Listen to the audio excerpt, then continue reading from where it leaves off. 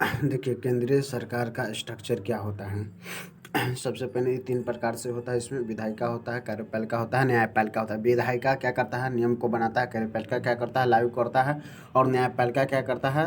तो आपको सिंपल ये याद रखना है, ये अति दंड देता है। मान लीजिए नियम का कोई भी उल्लंघन करेगा तो ये क्या करेगा? न्यायपालिका का काम है पनिशमेंट करना, यानी कि दंड देना। समझ में आ गया? चलिए, विधायिका के अंदर सबसे पहले समझते हैं केंद्र और राज्य। विधायिका के अंदर केंद्र से मतलब केंद्र और राज्य के अंदर, तो देखिए केंद्र में क्या होता है? सेंट्रल, यानी केंद्र के अंदर अति संसद आता है, और राज्य के अंदर क्या आता है?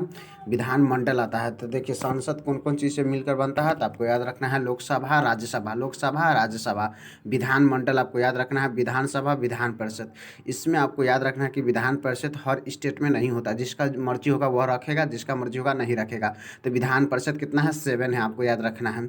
विधायिका क्या करता है? नियम को बनाता है। सिंपल याद रखना है, विधायिका नियम को बनाता है। तो विधायिका को देखेंगे केंद्र के अंदर और राज्य के अंदर। केंद्र के अंदर संसद होता है, राज्य के अंदर विधानमंडल होता है। उसमें संसद लोकसभा राज्यसभा से बनता है, और विधानमंडल किससे बनता है? तो आपको याद रखना है विधानसभा और विधान परिषद से।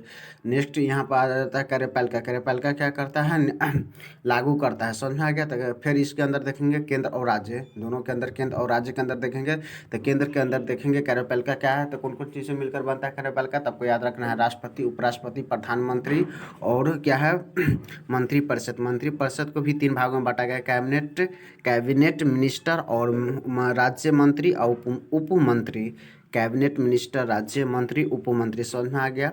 चलिए, फिर राज्य के अंदर देखते हैं राज्यपाल, मुख्यमंत्री, मंत्रिपरिषद। समझ में आ गया? राज्यपाल, मुख्यमंत्री, मंत्रिपरिषद होता है राज्य के अंदर। इससे बनता है कार्यपालिका। समझ में आ गया?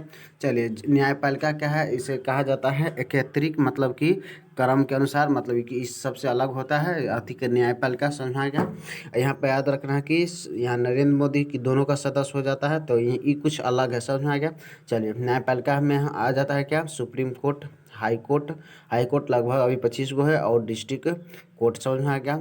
सबसे पहले सुप्रीम कोर्ट, सबसे डिस्ट्रिक्ट कोर्ट में झगड़ा नहीं सुलझाएगा, मतलब तो हाई कोर्ट, हाई कोर्ट के बाद सुप्रीम कोर्ट में जाएगा। समझ में आ गया? इसके बाद हम आपको बतलाएंगे राष्ट्रपति के बारे में, उपराष्ट्रपति, प्रधानमंत्री, सब के बारे में डिटेल जितना दी है, सबके बारे में डिटेल से वीडियो बना के आपको हम डालेंगे।